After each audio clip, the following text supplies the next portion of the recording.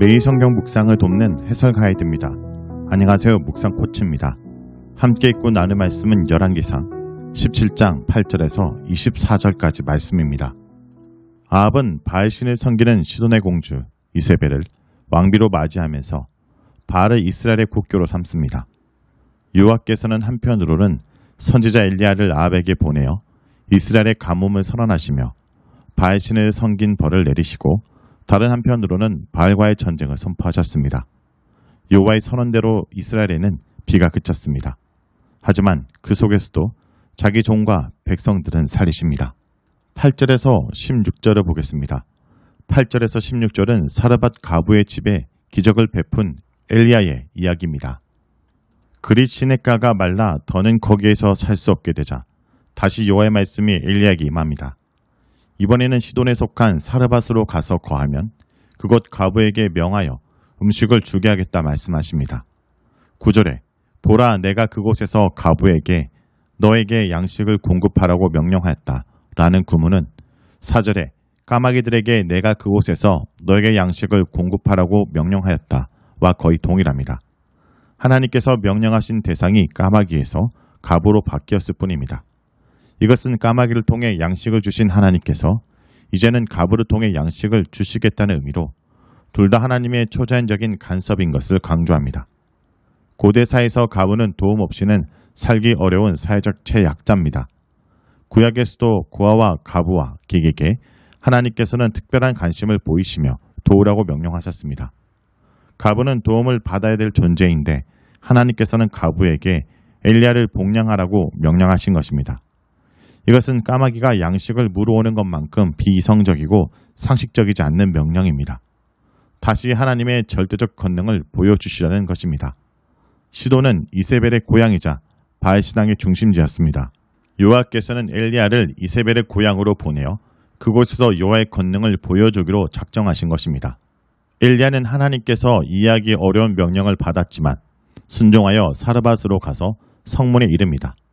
그때 때마침 한 가부가 나무를 모으고 있었습니다.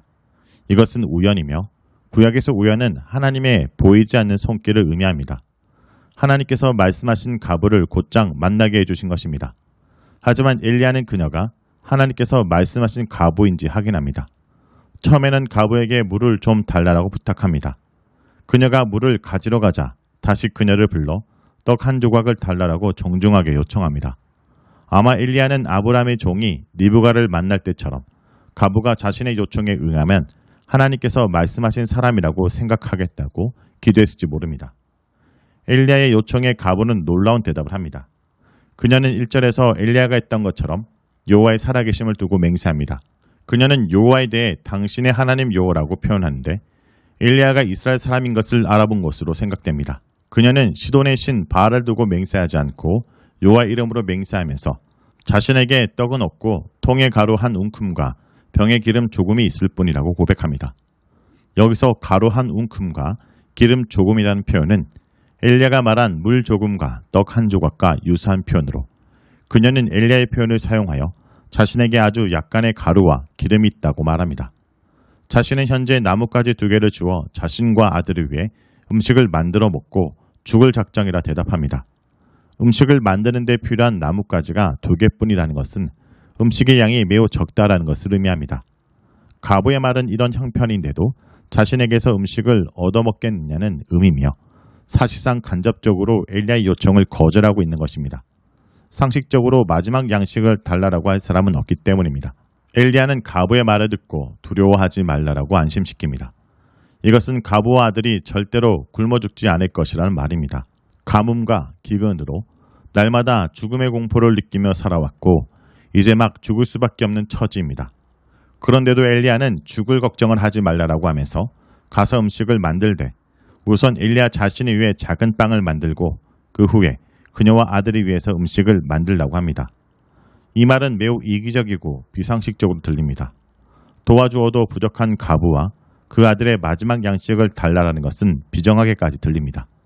하지만 엘리야는 자신이 이렇게 말한 이유를 설명합니다. 이스라엘의 하나님 여호와께서 말씀하시길 비가 지면에 내리는 날까지 동의 가루가 떨어지지 않을 것이고 그 병에 기름이 떨어지지 않을 것이라고 말씀하셨기 때문이라는 것입니다. 그는 하나님께서 양식을 제공할 것이니 걱정하지 말고 자신과 가부와 그녀의 아들을 위한 음식을 만들라고 말합니다. 사실 여호와에 대한 신앙이 전혀 없는 시돈 사람 사르밧 가부가 이런 여호와의 말씀을 믿기는 어렵습니다. 하지만 사르밧 가부는 엘리야의 말을 믿었고 가서 엘리야의 말대로 행했습니다. 마치 5절에서 엘리야가 여호와의 말씀대로 그리 시내로 간 것과 같습니다. 그들은 여호와의 권능을 믿은 것입니다.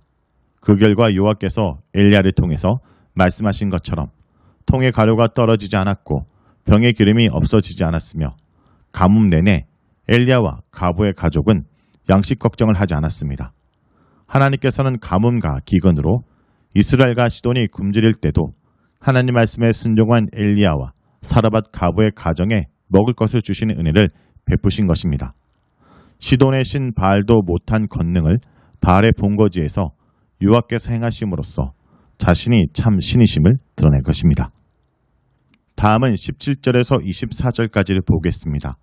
17절에서 24절은 사르밧 가부의 아들을 살린 엘리야의 이야기입니다. 가부의 아들이 심한 병이 들어 죽습니다. 가부는 비극의 원인을 엘리야에게 돌립니다. 하나님의 사람 엘리야가 자신에게 와서 하나님께서 자신이 지은 죄를 알게 하셨고 죄의 결과로 아들이 죽게 되었다는 것입니다. 그녀는 엘리야가 하나님의 선지자라는 것을 분명히 알았고 여호와께서 참 신이기 때문에 선한 자에게는 상을 베푸시지만 죄를 지은 자에게는 벌을 내리신다고 생각하였습니다.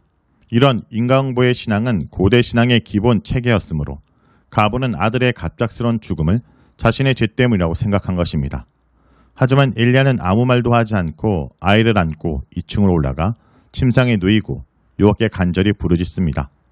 가부는 아이의 갑작스러운 죽음에 대해 엘리야의 방문에 책임을 돌렸다면 엘리야는 여호와께 책임을 돌리며 왜 가부에게 재앙을 내리셔서 그 아들을 죽게 하셨냐고 부르짖습니다. 여기서 하나님에 대해 엘리야는 내 하나님 여호와여 라고 부르면서 하나님께 부르짖는데 이것은 엘리야와 여호와의 관계가 매우 친밀한 관계라는 것을 보여줍니다. 그는 아이 위에 몸을 3번 펴서 엎드리며 여호와께 아이의 혼이 그의 몸으로 돌아오게 해달라고 간절히 부르짖습니다. 여호와께서 생사를 관장하시는 전능하신 하나님이심을 믿은 것입니다. 여호와께서는 기도를 들으시고 아이의 혼이 몸으로 돌아와 살아나게 하십니다. 구약에서 죽은 자가 다시 살아나는 최초의 사건이며 하나님께서 그간 보여주신 기적 중에서 가장 큰 기적입니다. 죽은 자를 살리신 것은 어떤 신도 할 수 없으며 하나님께서는 바알의 숭배의 중심지에서 자신이 온 세상의 주인이며 생명의 주권자이심을 천명하신 것입니다. 엘리야는 살린 아이를 안고 다락에서 내려갑니다. 이 행동은 아이를 안고 다락으로 올라간 것과 반대되는 행동으로 9절에 올라가다와 23절에 내려가다가 대조를 이룹니다. 단어의 대조를 통해 죽음이 삶으로 역전되었다는 것을 강조합니다. 살아난 아이를 품에 안은 가부는 여호와께 대한 신앙을 고백합니다. 이제야 엘리야가 하나님의 사람이요 엘리야의 입에 있는 여호와의 말씀이 진실한 줄 알았다고 고백합니다. 이런 사르밧 가부의 고백은 아합과 이스라엘 백성과 대조됩니다. 아합과 이스라엘은 참 하나님이신 여호와를 버리고 바알에게 돌아섰고 엘리야의 말은 믿지 않았습니다. 하지만 여호와께서 진정한 하나님이시라는 것을 시돈 사람이 고백한 것입니다. 그러므로 하나님께서 엘리야를 통해 선언하신 기근과 기근 해제의 선언은 지속될 것이라는 것을 이런 기적을 통해 확증하고 있습니다. 성도 여러분, 오늘 본문에서 가부와 아들을 살린 것은 하나님의 긍휼과 엘리야의 신뢰의 기도였습니다.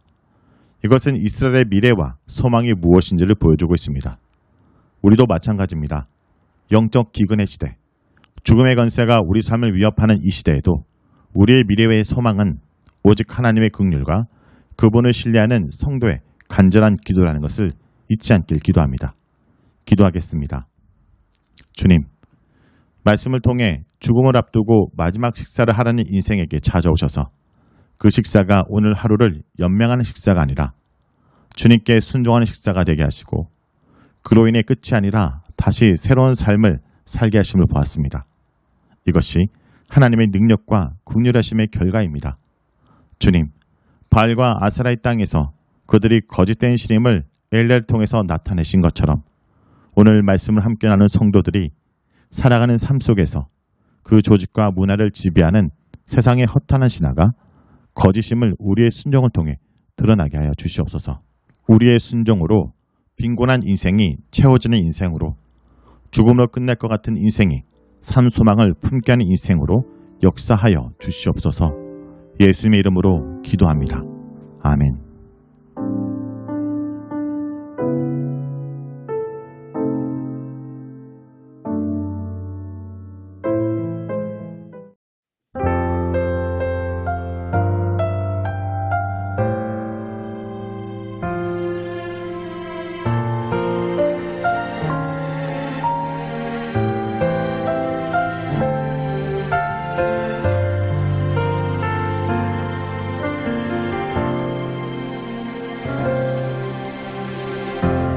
어려운 일 당할 때 나의 믿음 적으나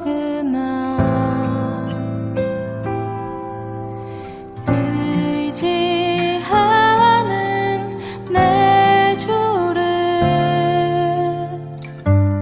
더욱 의지합니다. 성령께서 내 마음 밝히 비춰주시니